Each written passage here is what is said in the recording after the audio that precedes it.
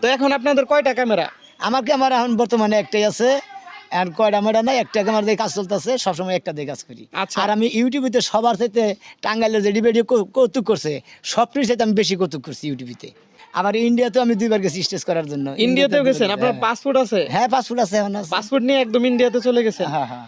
আসলে ইন্ডিয়াতে যে আপনারা প্রোগ্রামগুলো করতেছেন, এই প্রোগ্রামগুলোর ক্ষেত্রে আপনাদেরকে কিরকম পেমেন্ট দেওয়া হতো? খুব ভালো, ওটা পেমেন্টের আলাপ পরে মানে ইন্ডিয়াতে প্রোগ্রাম করে খুব আরাম আছে, খুব মজা আছে, মানে দর্শক প্রচুর দর্শক হয়। আমি বাংলাদেশের সাথে প্রচুর দর্শক হয়, এত দর্শক হয়, মানে দর্শক দেখে শান্তি না গেল একটা।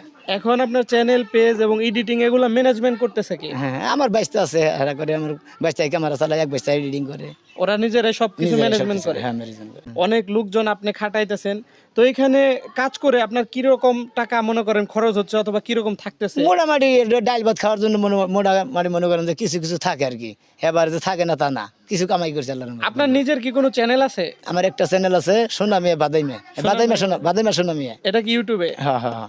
যাক, আমরা আসলে সুন্দর একটা শেষ প্রশ্ন করব যে আপনি ইউটিউব অথবা ফেসবুক থেকে সর্বোচ্চ কত টাকা বিল পেয়েছিলেন? আমি ওটা ফেসবুকে টেহাও তুলি না, আমি চ্যানেলই চালাই না, আমি বাইশের কাছে কাম করে করে খালি বিক্রি করে দিই। ওটা আমার পোলাই চ্যানেল চালাইছে, ওটা তাও কবার চ্যানেল সেরকম আর ই নাই আর কি, আগের মতো ইনকাম নাই? টাকা পয়সা কামাই নেই এখন।